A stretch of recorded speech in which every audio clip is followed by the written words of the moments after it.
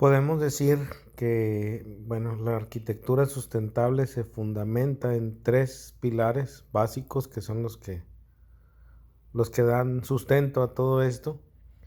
En primer lugar, nosotros hablamos siempre de lo económico, que pues para nosotros es algo fundamental y es el verdadero motor para que la arquitectura sustentable funcione. Porque podemos hablar de arquitectura ecológica, por ejemplo, pero pues muchas veces es caro. Y aquí realmente la gente lo que va a mover o lo que los mueve a hacer este tipo de arquitectura, pues es que económicamente es más conveniente y no a lo largo plazo o mediano plazo, sino desde el principio. Yo tengo algún tiempo ya construyendo casas de esta manera y las casas que construimos realmente cuestan lo mismo que cualquier otra casa que no tenga las características de sustentabilidad que le ponemos nosotros.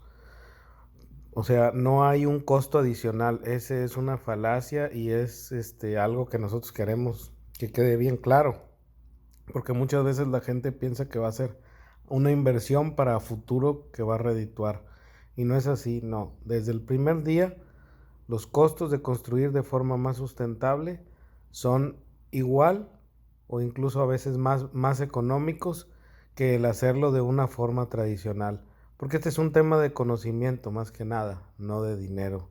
Entonces, saber hacer ciertas cosas y cálculos, en fin, todo esto nos permite tener un producto al mismo costo, pero mucho más eficiente. El otro pilar es el social, es el segundo componente. Pues ahí podemos hablar de que tiene que ser más conveniente en términos de confort y de vivir, tener una calidad de vida más elevada. Hay todo un tema que es el de los edificios enfermos, que la OMS lo tiene muy documentado todo esto, que son edificios que tienen problemas realmente de salud para la gente que los habita. Muchas veces lo que se da ahí son temas de hongos y de esporas y una serie de cosas que cuando no están bien hechos un edificio, una casa, pues puede ser un tema que enferme a la gente, a humedades, en fin, es todo un tema importante. Entonces, hablar del aspecto social es hablar de la calidad de vida de las personas que van a vivir en ese lugar, por lo cual, pues sí es todo un tema importante y es un pilar, el segundo pilar.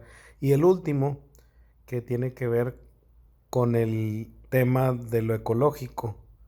Si se fijan, estoy hablando primero el tema económico, que es el que mueve las cosas, en segundo el confort y por último el ecológico, porque este es un tema que viene y pega ya por consecuencia de lo demás. No es el objetivo inicial al momento de hacer una casa. Nadie dice yo quiero hacer una casa para ser ecológico y no importa que me gaste el doble. Pues nadie hace eso. Realmente el verdadero motor de esto pues es lo económico. Entonces, al tú hacerlo económico, obviamente tienes un impacto diferente en la ecología, en la huella de carbono, etcétera, que te va a permitir bajar ese impacto. Entonces se hace más ecológico, pero es una consecuencia de las dos cuestiones anteriores, de los dos pilares. Entonces, podemos decir que pues la arquitectura sustentable se finca en esto, en estos tres pilares rectores. Por otro lado, contestando a la pregunta también, pues bueno, podemos hablar que la arquitectura sustentable nos ha acompañado a lo largo de la vida del ser humano desde siempre.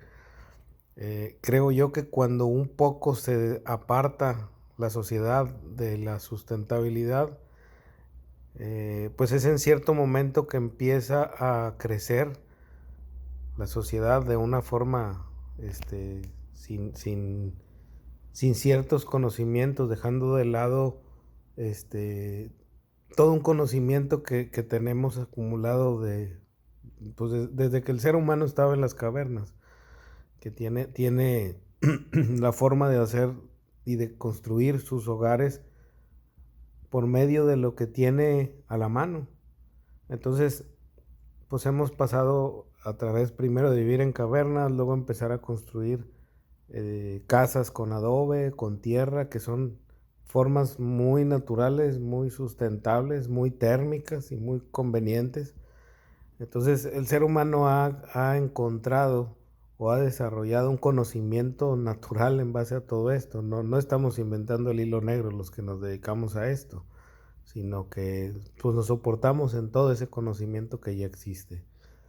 Entonces, pues bueno, esto es algo que nos ha acompañado. Yo pienso que cuando las ciudades empiezan a industrializarse y que requieren métodos diferentes de construcción, como es el caso aquí de Monterrey, voy a hablar en específico, pues oye, sale el bloque este gris, que es un bloque que tiene una termicidad muy, muy baja. Realmente yo no lo recomiendo para construir casas, al menos paredes exteriores de casas.